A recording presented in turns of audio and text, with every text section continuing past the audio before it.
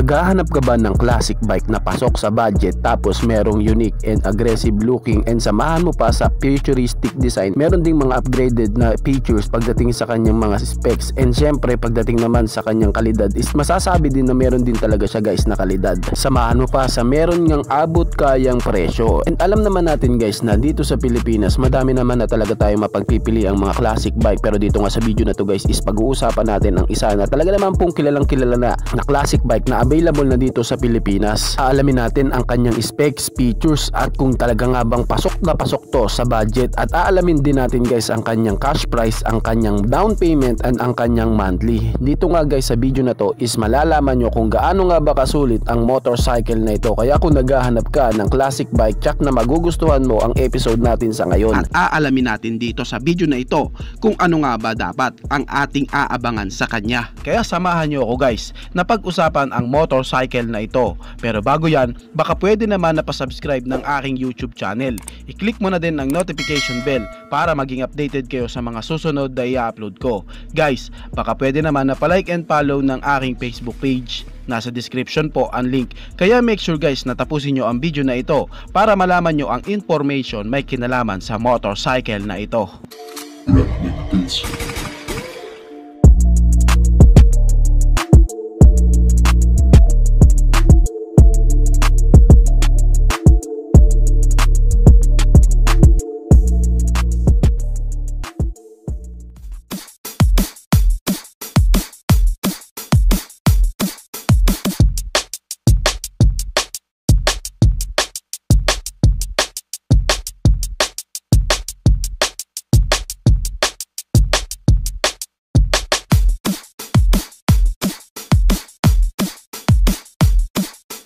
Ang tinutukoy ko nga guys is walang iba kundi si Rusi Classic 250cc Fi. Yes guys, ang atin nga pong pag-uusapan ngayon is upgraded na nga po pagdating sa kanyang specs and features, dahil alam naman natin guys na naglabas na po si Rusi dito ng Classic 250, pero ito nga guys is naka-carb type pa lang. Pero dito nga sa video na to guys is pag-uusapan natin yung naka-fuel injected na. Konting background muna tayo guys, may kinalaman nga po sa motor na to at kung saan nga ba siya nanggaling. Ang motorcycle na to guys is nanggaling nga po sa brand na GPX. Ang GPX guys is nagmula naman po sa bansang Taiwan at talaga naman pong napakadami nitong nilalabas na mga motorcycle na meron nga pong futuristic design and may mga kalidad na magagandang bodyworks. Ang kanya nga pong engine guys is gawa ng Lonsin. Kung familiar po kayo sa sports bike ni Rusi na Rusi Sigma 250cc na available na din dito sa Pilipinas, same lang din po sila ng makina ni Classic 250cc. Pero ito nga pong si Classic 250cc guys na nagmula nga po kay GPX, ang bodyworks nito, mga materials na ginamit sa kanya is meron nga pong mga uniqueness at magagandang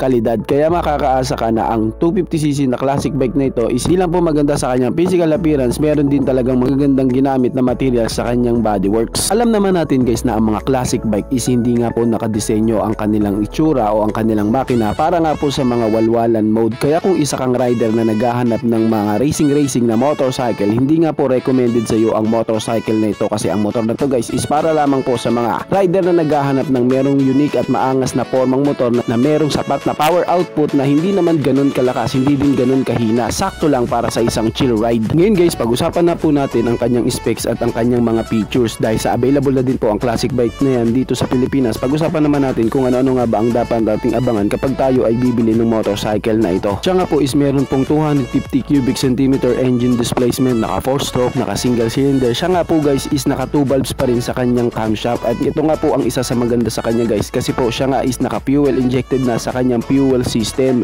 Kaya makakaasa tayo na maganda nga po ang daloy ng gas nito para nga po magkaroon din ng katipiran sa kanyang gas consumption. Pagdating naman po sa kanyang cooling system, siya nga po guys is same pa rin sa old model niya na naka oil cooled pa rin. Highlights nga sa disenyo ng classic bike nito guys, yung kanya nga pong front suspension na naka inverted fork na nga po, na meron nga pong unique na pagkakadisenyo at sabay nga po sa uso talaga ng mga classic bike. Samahan mo pa po sa kanyang rear suspension na meron nga pong baso. Kung titignan guys, parang after aftermarket na po ang suspension nito sa likuran, kaya makikitaan talaga na classic ang disenyo ng motorcycle na ito. In terms of physical appearance guys, kitang-kita nga po ang pagka-retro ng headlight nito. Samahan mo pa sa meron nga pong maangas na disenyo ng kanyang DRL na makikitang napaka-unique and futuristic design. Materials nga po na ginamit sa kanya na meron pong mga kalidad, at kahit nga po sa kalilitang detalye ng kanya nga pong pagkakagawa sa kanya ay napakapulido din po talaga. And kapag in-open pipe mo nga po ang kanyang exhaust, makakaasa kang meron siyang bulky sounds.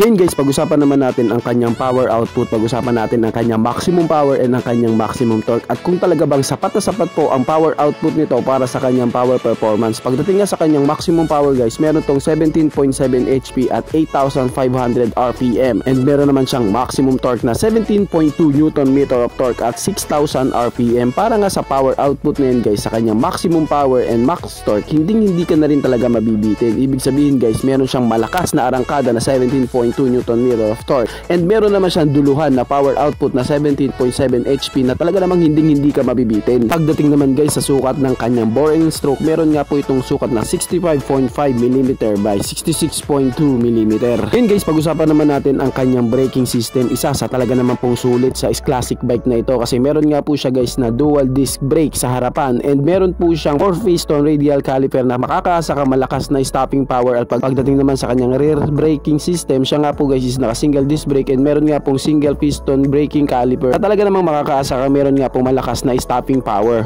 Pwede talaga guys ang motorcycle nito pagdating sa mga long ride, kasi nga po yung kanya nga pong upuan na ginamit sa kanya is meron nga pong leather na napakalambot na hindi nga po mangangawit ang yung body posture, dahil sa naka upright position din po. Meron din siyang relax na body posture para nga po sa mga long ride na hindi nga po mangangawit ang katawan ng rider. Isa nga sa pagbabago guys sa Classic 250 na naka fuel injected na nga po yung kanya nga pong rim, kasi nga po ito guys is naka mugs type na nga po na meron pong unique na pagkakadesenyo ang kanyang mugs. Pagdating naman sa kanyang panel gauge, retro design talaga guys, classic na classic kung titignan. Samahan mo pa sa kanya nga pong mga ilaw na naka LED na nga po ito guys, kahit nga po sa kanyang signal light na naka LED na nga po ang kanyang lightning system. Exhaust na meron nga pong unique na disenyo na talagang classic kung titignan. Very minimal nga po ang disenyo nito sa kanyang rear design na talaga naman pong classic na classic kung titignan. Tapos meron pong simpleng disenyo ang unahan pero ang lakas ng datingan. Yun nga guys, dahil sa available na nga po ang motorcycle na yan dito sa Pilipinas, pag-usapan naman po natin ang kanyang cash price, ang kanyang down payment at ang kanyang monthly. Alamin nga po natin ang mga information na ito. Ang Rusi Classic 250cc FI nga guys is meron pong cash price na 96,000 pesos. Kung titignan sa kanyang presyo, makikita na kapresyo niya nga lang po ang mga underbone ng ibang motorcycle brand. Pagdating naman guys sa kanyang down payment, pwede ka nga pong mag-down ng 7,000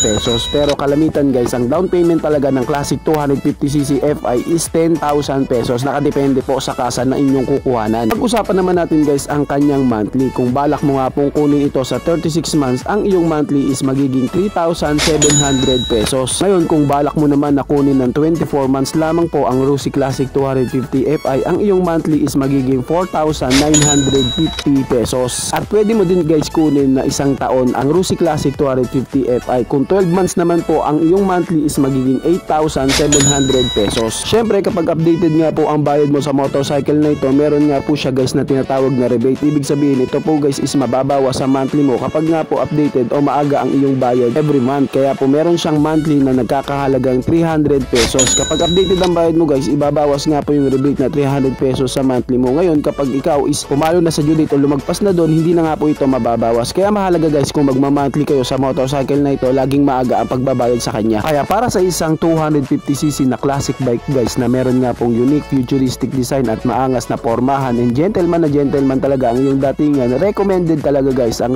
Rusi Classic 250cc FI para sa ating mga kababayan na naghahanap nga po ng classic bike na meron nga pong maganda, kalidad at maangas na forma, tapos abot kaya pa na presyo. Kaya i-recommend ko talaga sa inyo ang motorcycle na ito, si Rusi Classic 250 FI. Kayo guys, ano ang masasabi nyo sa motor na ito? Paki-comment naman ang inyong reaksyon. Maraming maraming salamat po.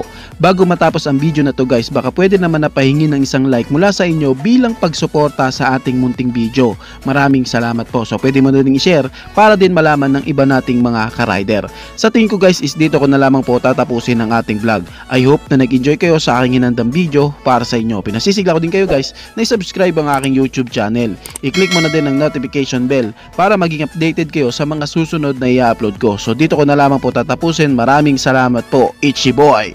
Thank you!